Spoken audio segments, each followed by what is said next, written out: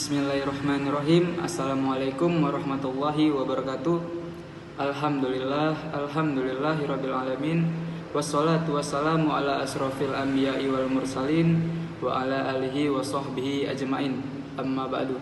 Hai teman-teman semuanya, bagaimana kabarnya? Alhamdulillah kalau kita masih diberikan kesehatan oleh Allah Subhanahu wa taala untuk menjalankan aktivitas kita sebagaimana sehari-harinya. Nah, teman-teman sekalian, perkenalkan saya Fajri Mustafa Akbar, mahasiswa dari UIN Sumatera Utara, jurusan Akuntansi Syariah, Fakultas Ekonomi dan Bisnis Islam, serta dua rekan saya yaitu Fitri Handayani Sitraspane dan juga Nur Ainun Nasution. Di sini kami akan membawakan materi tentang audit sampling dan prosedur pengujian lainnya. Nah, langsung saja kita masuk kepada materinya ya teman-teman. Di sini saya akan membawakan konsep sampling. Nah, mungkin teman-teman sekalian ada yang masih kurang paham atau ada yang bertanya-tanya apa sih itu sampling. Nah, sampling adalah metode penelitian yang kesimpulannya terhadap populasi diteliti berdasarkan pada hasil pengujian terhadap sampel. Nah, apa sih itu sampel? Sampel adalah diartikan sebagai sekelompok atau sekumpulan yang diambil dari populasi. Nah, apa sih itu populasi? Populasi adalah kumpulan data yang menjadi objek penelitian. Nah, contohnya bisa kita lihat bersama. Seorang bendahara yang diaudit memiliki bukti pengeluaran kas, kwitansi sama dengan X, sebanyak 10, N sama dengan 10. Sebagai berikut. Nah, di sini teman-teman bisa lihat sendiri tabel dari 10 kwitansi dengan total 1000. Tentukan perkiraan atau estimasi total pengeluaran kas berdasarkan sampel sebanyak 6 kwitansi, yang mana kwitansinya adalah X2, X4, X5, X7, X8, dan X9. Nah, pemecahan sampelnya yaitu X2 sama dengan 90, X4 sama dengan 80, X5 sama dengan 120, X7 sama dengan 85, X8 sama dengan 105, dan X9 sama dengan 95 dengan total 575. Rata-rata X yaitu T dibagi N, 575 dibagi 6 sama dengan 95,83. Nah, jadi perkiraan total populasi yaitu NX sama dengan 10 dikali 95,83. Hasilnya yaitu 958,30. Dari contoh tadi, diketahui bahwa hasil sampling atau estimasi terhadap keadaan populasi tidak sama dengan keadaan populasi yang sebenarnya, yaitu ada 3 poin yang dapat kami tarik, yaitu yang pertama, estimasi. Estimasi dengan nominal 958,30. Yang kedua, ada total populasi yang sebenarnya, yaitu 1000. Yang ketiga ada selisih atau error, yaitu dengan nilai minus 41,70. Nah, di dalam melaksanakan sampling audit, setiap auditor harus melakukan hal-hal berikut. Nah, di sini ada 3 hal yang selalu menjadi permasalahan auditor di dalam pelaksanaan sampling audit. Yang pertama itu ada perencanaan atau planning, yang kedua ada pemilihan atau selection, yang ketiga ada evaluasi atau evaluation. Nah, lanjut kita kepada model ataupun teknik ataupun juga atribut sampling. Di sini ada 3 model atribut sampling, yaitu yang pertama fixed sample size, yaitu atribut sampling. Nah, ini pengertiannya yaitu model pengambilan sampel yang paling banyak digunakan di dalam audit. Nah, jadi cara yang pertama ini paling banyak digunakan oleh audit di dalam melaksanakan pengoperasian auditnya.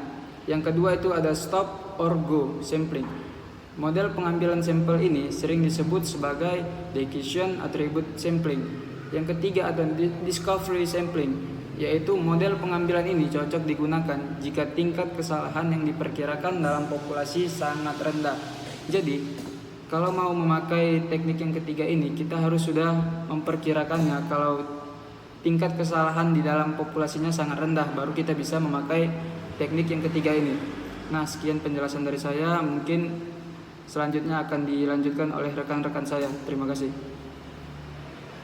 Unsur-unsur yang mempengaruhi hasil sampling. Dalam melaksanakan sampling, auditor perlu memahami unsur-unsur yang mempengaruhi hasil sampling. Ada 4 hal yang mempengaruhinya. Yang pertama ada unit populasi. Unit populasi adalah banyaknya satuan anggota populasi untuk memperoleh sampel yang representatif. Jumlah unit sampel berbanding lurus dengan jumlah unit populasi, yang artinya jika unit populasinya besar, maka harus diambil unit sampel yang besar pula. Demikian pula sebaliknya. Dua, ada standar deviasi. Standar deviasi adalah angka yang menunjukkan jarak nilai rata-rata populasi dengan para anggotanya secara umum, sekaligus menunjukkan tingkat heterogenitas atau homogenitas data dalam populasi. Ketiga, ada tingkat keyakinan atau keandalan. Tingkat keyakinan adalah derajat keandalan sampel terhadap populasi yang diwakilinya. Dan hal ini ditunjukkan oleh perkiraan persentase banyaknya populasi yang terwakili oleh sampel. Tingkat keyakinan ini didasari pada pokok pikiran bahwa sampel hanya handal terhadap populasi yang diwakilinya saja. Tingkat keandalan sampling berbanding lurus dengan jumlah unit sampel. Itu kesalahan sampling. Ketetapan atau akurasi hasil sampling ditentukan oleh kesalahan sampling atau disebut sampling error. Jika kesalahan sampling semakin kecil, maka hasil sampling semakin tepat. Namun jika kesalahan sampling semakin besar, maka hasil sampling semakin tidak tepat.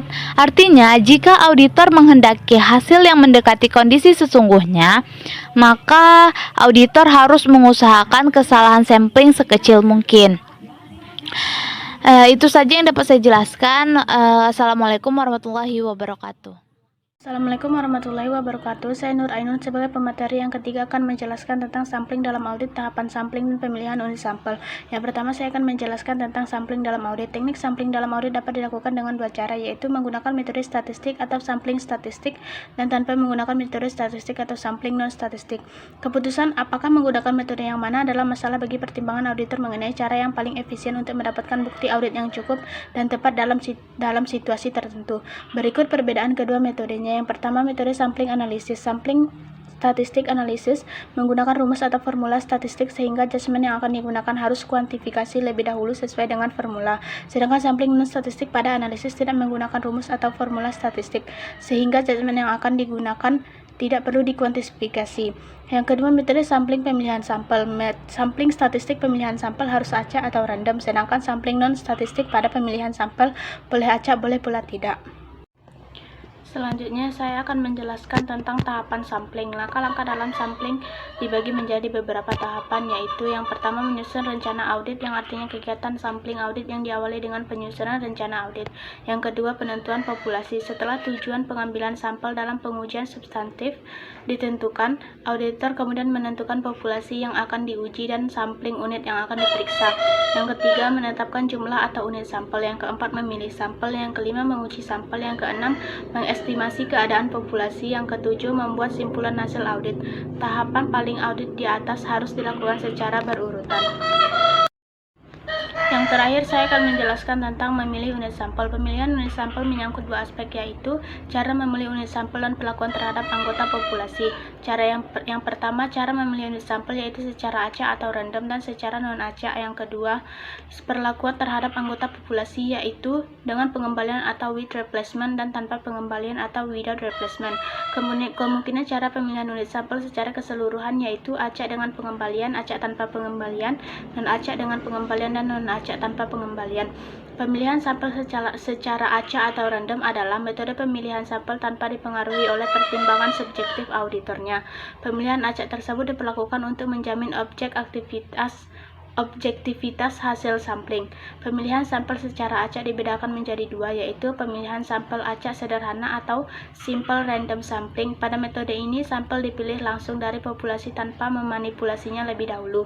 Yang kedua, pemilihan sampel acak sistematis atau systematic random sampling. Pada metode ini, pertama ditentukan pemilihan sampel non-acak atau random sampling. Pemilihan sampel non-acak yang digunakan umumnya ada dua, yaitu haphazard sampling atau pemilihan sampel sembarangan. Metode ini mirip dengan random sampling, tetapi teknik pemilihan sampelnya dilakukan tanpa menggunakan alat bantu. Yang kedua, block sampling atau pemilihan sampel blok. Metode ini mirip sistematik random sampling, yaitu populasi dikelompokkan terlebih dahulu ke dalam beberapa kelompok yang disebut blok.